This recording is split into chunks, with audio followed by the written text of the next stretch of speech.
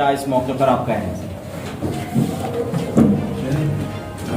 कांग्रेस ने मुझे 6 महीने के पहले इस ओहदे पर जो मुझे बैठाया है, तो उस दिन से भी एक मसला नए मसले पैदा हो रहे हैं कर्नाटक में। खासकर पहले हम लोग दिल्ली से मसले वहाँ से सुनते थे, कर्नाटक बहुत आराम था, लेकिन कर्नाटक में रोज नए मसले मसाइल हमको सुनने में आ रहा है, देखने में भी आ रहा है। प्रॉब्लमों का सेंटर हो गया है तो कर्नाटक। ऐसी हालत में मुझे पार्टी के हाईकमांड और हमारे स्टेट केपीसीसी के सदर और सीएलपी लीडर और हमारे आदि जनाब खड़गे साहब, जितने भी लीडर्स हमारे टॉलेस्ट लीडर्स हैं, उन्होंने जो मौका इसलिए दिया है कि मैं सप्त रियासत के हर 224 जगह घूमूं और घूमकर कौम में जो आज हमारी बेचैनी है हमारी कौम में, खासकर इसलिए बेचैनी है कि हमारे ताल्लुक से कोई बात नहीं कर रहे हैं, हमारे को ताल्लुक से कोई देख नहीं रहे, हमको कितनी परेशानी कर रहे हैं, बल्कि ये परेशानी चल रही है। इसका इलाज में तमाम हमारे जो जीत के आए हैं हमारे एमएलएस एमपीज और जिस जगह हमारे एक्स एमएलएस एमपीज जितने भी हैं, उनका साथ लेकर मैं पूरी रियासत का दौरा करूंगा और इंशाअल्लाह पूरी कोशिश करूंगा कि अगले आने वाले ज़माने में पूरे एक होकर पूरी रियासत में एक होकर सेकुलर फोर्स यानी कांग्रेस पार्टी के कैंडिडेटों को जिताकर अगले आने वाले इलेक्शन में फिर आने वाले दिनों में परेशानी ना हो।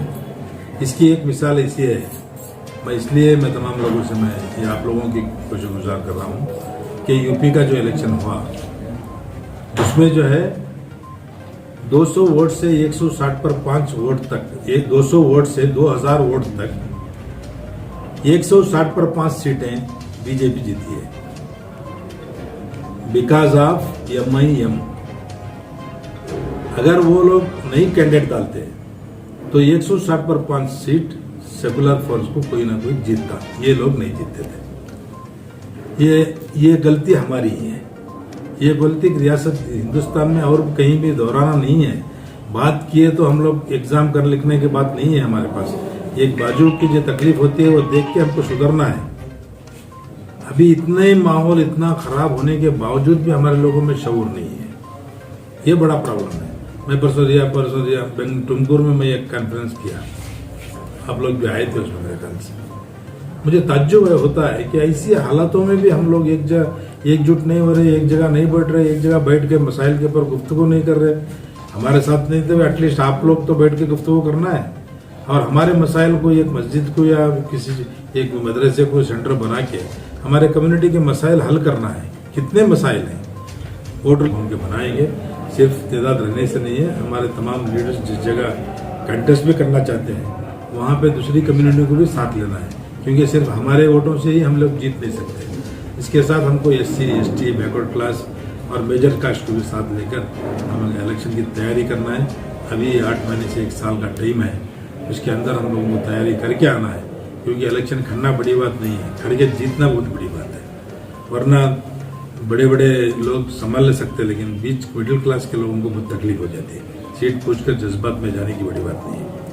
दूसरी चीज़, आज की हालत में हम लोग सुबह उठे तो टीवी में देख रहे हैं ये मस्जिद के पीछे मंदिर था, ये दरगाह के पीछे मंदिर है, यहाँ पे वो है, ये रोज देख रहे हैं हम लोग। लेकिन ये सब हमारे को वर्गला करने के लिए, ये जो कम्युनल फोर्स है ये लोग हमको वर्गलाने के लिए कर रहे हैं।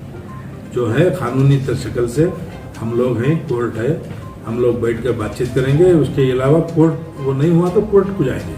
आप लोगों को, नौजवानों को हाथ में कानून लेकर हुकूमतों से लड़ना नहीं है। ये आप लोगों को सोच समझकर कदम उठाना है, बड़े लोगों का फायदा करना है। अगर बड़े मिलकर आप लोगों को आप घर जाओ बोले तो जाना है, वरना क्या होता है हुबली में देखिए आप लोग, अभी आज भी 170 लोग जेल में हैं नौजवान, आज भी 170 लोग जेल में हैं, बेल नहीं हो रही है, उल्टा UAPA लगाने के ताल्लुक से सोच रही है।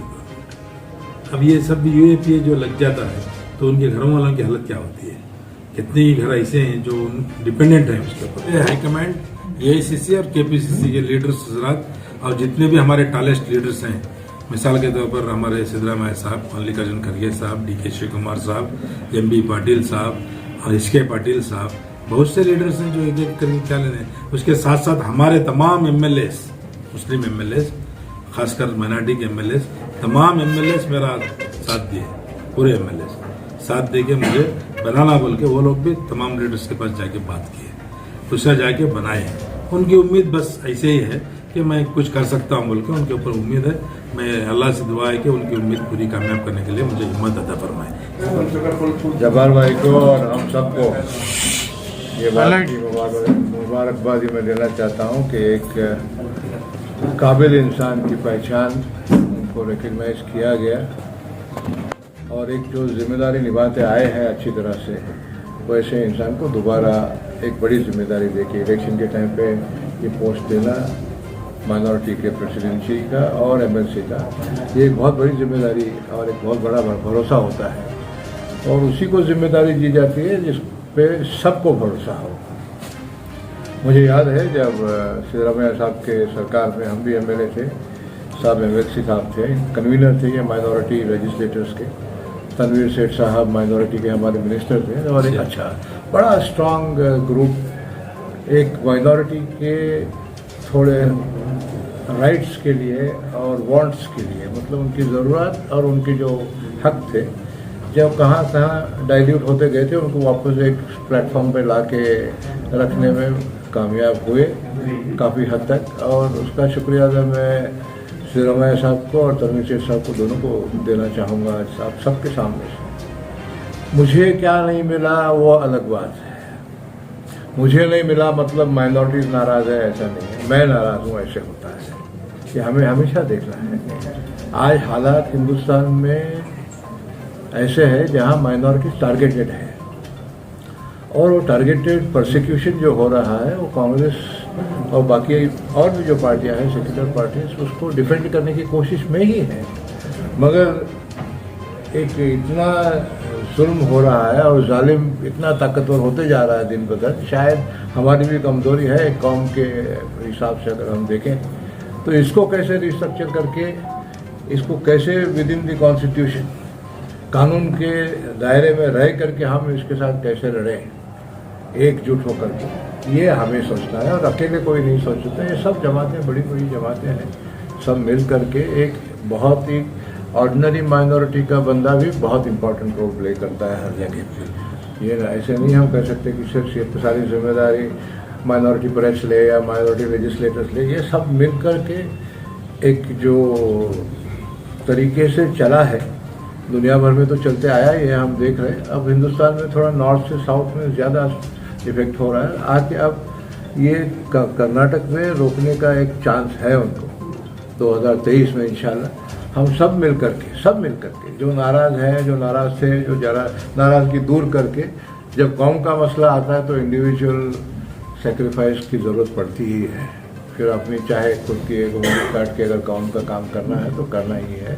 हम ये नहीं कह सकते कि मुझे नहीं मिला, तुझे नहीं मिला, मुझे मिला तो माइनॉरिटी को मिला, मुझे नहीं मिला तो माइनॉरिटी को कुछ नहीं मिला। ऐसे that is wrong, it is not